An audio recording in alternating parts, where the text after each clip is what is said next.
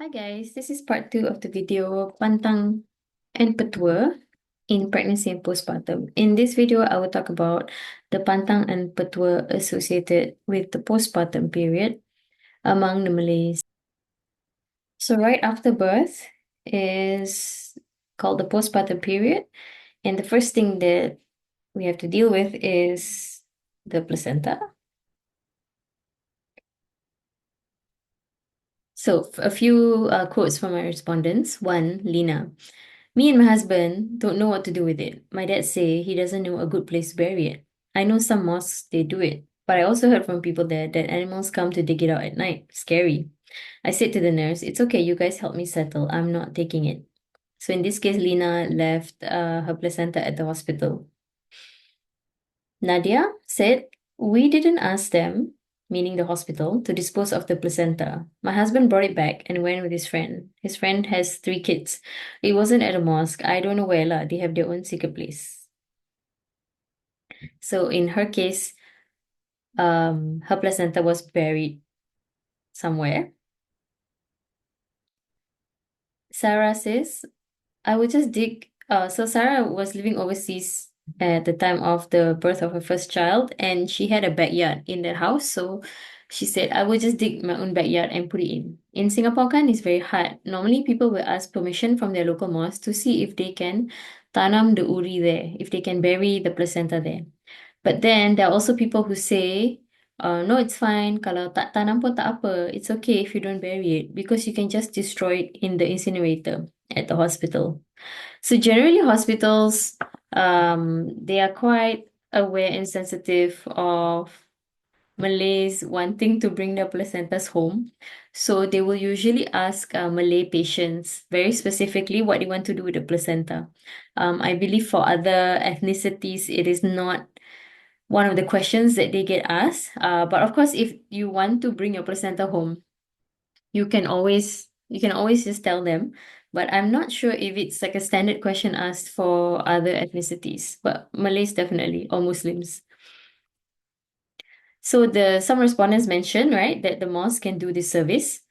So this is from the Facebook page of akika.sg, an organization that also does the burial of the umbilical cord and placenta. So for example, if a patient, at the hospital, she has asked for her placenta and to bring it home, and then you get to bring it home in this plastic bag that's labeled biohazard, and then you can call this organization and they will bury it for you.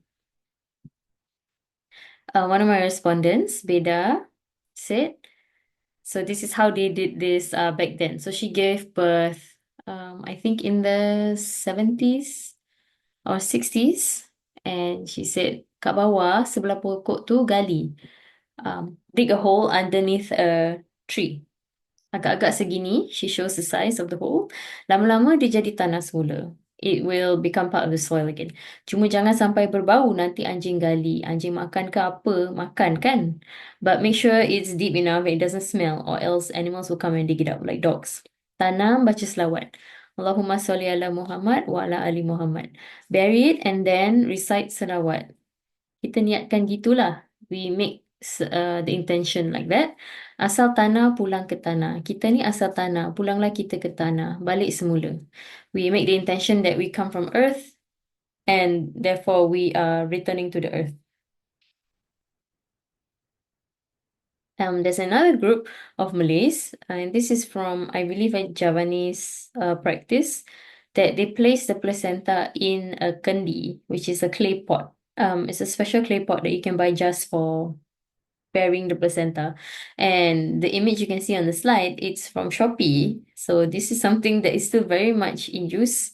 And you can buy that clay pot with all the products you need to put with the placenta. So one of my respondents, Iza, said, so she gave birth in the 80s. She said, in the kendi, then you put asam and salt so it doesn't smell because it's part of your body. What? They bury it anywhere within the house compound with the kendi all. And within 7 days, there must be a candle lighted at the area. Some of the other objects you can see in this Shopee package is coarse salt there's turmeric, and then there's jasmine flowers and rose petals. And it's note that on the image it says it's for a girl baby. So if it's for a boy, perhaps there's different ingredients to put with the placenta. Okay, one of the big things after giving birth is that the new mother should keep warm. Karima said, she said, so she's referring to her doula who gave her this advice. She said, wear socks, like thick socks. She said, pack your husband's army socks. So that advice, I really appreciate it because I really, really felt so, so cold after giving birth. I did bring socks, but still it didn't keep me warm. So I put on my husband's army socks. I was like, yeah, this is so true. Shamira said, for the first birth, I actually wore long clothes and socks, and I drank warm water for the first 2 days. So this idea of keeping warm after pregnancy is also not is not too specific to the Malays. I was just as I was looking up, images for this article, I came across an article from a hospital, and it also stated that the room for the woman who has just given birth should be at least 25 degrees Celsius. One practice is called the mandi bunga or flower bath. Laila describes it. It was mostly pandan and like some flowery stuff like jasmine. Every shower, every morning and every evening. It's in a pail, so I just scoop it up and shower for 5-10 minutes. Actually, it was very nice. Actually, and it smells wonderful. So you can put any kinds of flowers in it. These are some local tropical chrysanthemums. And as Laila mentioned, jasmine is a common one, pandan, rose, um, maybe like cempaka. That's all the fragrant tropical flowers. Yes, so postnatal nutrition. So the postpartum diet is also quite specific as to what women should eat and not eat. Safina describes spinach soup, so bayam, but only I eat lah, not my other family members. Probably ayam or ikan goreng. Yeah, that's what she normally ate during her postpartum diet. If I can, better not lah. Ayam better not at that point. Takut tempat jahitan dia nanti gatal-gatal. So avoid eating chicken so that the stitches are not itchy. No seafood and all that. Kalau nak baik dalam, makan ikan haruan. Like Liana describes that. Eka says there's this Malay medicinal shop that her mother buys her medicines from. Gamat or sea cucumber. There's a jelly gamat, I think. This is also on Shopee Malaysia. You can see the what's available, and it's exactly the two things that were mentioned by the respondents: ikan haruan and gamat or sea cucumber. So this one you can drink the essence. So like normally you have chicken of essence. Sorry, essence of chicken that's also given to many mothers after birth. I think among the Malays is definitely this pati ikan haruan, so essence of haruan fish. So these are also some social media posts from Malaysian confinement companies, and they write here makanan pantang for after birth. So you should eat things like ikan bilis, bawang putih, selah, different kinds of fish, different kinds of green veggies. I think notable is halia ginger because it's warming. Different kinds of leafy greens, carrots, pegaga, radish, and tomato, and also peria. Fruits, apple, grapes, lemon, kiwi, dates, prunes, raisins, pomegranate, Chinese longan, and oranges. For breakfast, to eat bread, biscuit, nestum oats, cornflakes. I don't know why these are very like Western type foods for breakfast. As for chicken, avoid eating chicken during the early days of confinement, maybe after 2 weeks, to prevent the discharge from smelling and from having itchy stitches as well. And on the right side, the image, it says, yes, all the different kinds of fish can be eaten after in the postpartum period. Um, and then on the right side, there's the different kinds of fish that you can. Okay, one practice as well that is done usually towards the um, final days of the confinement is tangas or vaginal steaming. You can see in the image that the woman wears a sarong around her body and then she sits on this stool. Or the image in the middle, you can see is a whole tent. Maybe that's you don't have to wear the sarong then, in this modern version. And then different kinds of herbs are put on coals, and the sort of the smoke that comes up. It has purported benefits such as reducing heavy menstruation, stabilizing the menstruation. Oh no, stabilizing the postpartum discharge, helping to reduce the size of the uterus, reduces the symptoms of menopause, reduces uh, keputihan, I don't know, whiteness, makes the vagina tight and fragrant. Okay, suitable for married women, unmarried women, menopausal women, and women in confinement. There is a company from Malaysia. And the image on the right, you can see there was also on Shopee. You can buy the herbs and do it yourself at home. You just need to boil it, and then you can just sit over the steam of the boiled herbs. Saliha describes from the practice of her mother. Her mother was a postnatal masseuse. Habis kadang-kadang tempat beranak dah turun, habuk arang-arang kan dia kasih panas, dia ikatkan suruh duduk atas dia. So she's describing a practice of roasting, which is not done nowadays anymore. Basically making a fire or putting coals near the new mother so that she stays warm.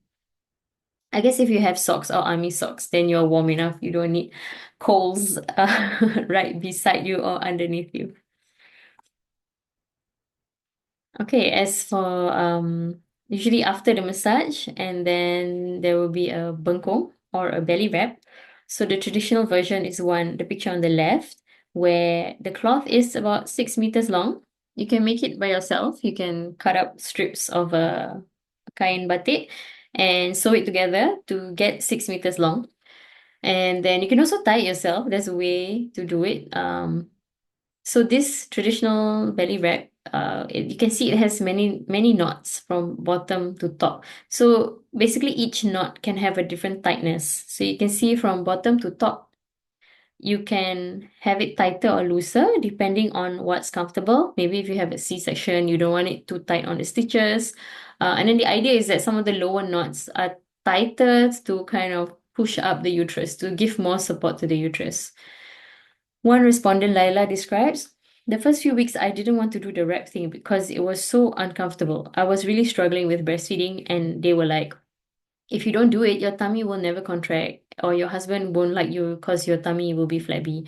But I ignored them anyway because I was concentrating on breastfeeding. Safina describes, I experienced modern binding, not nice. The pressure is not there, the secureness is not there. So the image on the right is the modern binder, which is just one piece of cloth that goes around your belly, and then there are loops on the left and on the right, and then one piece of string goes in between the loops. So this, yes, I have experienced both, and yes, this one you don't feel the support of every knot. This is more of a uniform tightness because as you loop the thread through the loops, the tension equalizes across all the loops. So there is no way to get like a tighter, like more pressure in certain parts and less in others. Another practice is wrapping for the baby. I'm not sure how common it is now, but this was described by Laila. She said, if you don't wrap your baby's tummy, then later masuk angin. Masuk angin is a big thing. So in another lecture, I talked about the humoral character of Malay ethnomedicine. So There is also this idea of masuk angin. That means your body becomes cold because air enters your body. So for babies as well, they want the baby to not have this air enter their body. So they do it by wrapping it. And nowadays you can just have the Velcro version. Um, One respondent Wati said, baby nak kena bedung. Kalau tak nanti jalan kengkang. Babies also need to be wrapped. If not, they will walk. Um, they will not have a correct gait. My eldest, when she was born, her legs were like bowed. Then I thought, okay lah, maybe bedong because the bones are still soft, right? So like can shape it. Kita bedong, then it's better. After that, the nenek say like, kan bagus bedong, tengok kaki budak ni, elok je. So the bedong she's describing here is actually a full body swaddle, because she's talking about the legs, right, of the baby. So it could be the swaddle, or it can also be because many babies are born with both legs because of the position that they are in inside the womb. And as the baby grows and replaces the bone structure, it can straighten out with sufficient nutrition, of course. And finally, the one of the last practices in the postpartum period is on the baby itself, known as sunat perempuan or female genital cutting. So Iza describes, Iza was married to a non-Malay, so she had to explain this to her husband. I asked the lady was the postnatal masseuse. I asked the lady, huh? The girl also must sunat? I thought the boy only. Then she said, oh, it's not really sunat, just a snip at the clitoris, she said. So the woman's nafsu will not be higher than the man. Just a snip only, she said, just adat only. She asked me for a pair of scissors. Then she sterilized all that. Like cocok jarum. It's like a needle, a poke with a needle. Then after that, like a blister. It looked like a blister. Then she cleaned it. After that, I asked, must I clean it? No, no, no, just bathe as normal. So here I put a resource on female genital cutting, which is, of course, a contested practice now among the Malays. I think there's growing awareness about female genital cutting and how babies are not able to give informed consent for something that can affect their sexual and reproductive health as adults. That's all. Thank you so much. Like and subscribe. And if you have any questions or comments, put it in the comments, and I'll see you in the next video.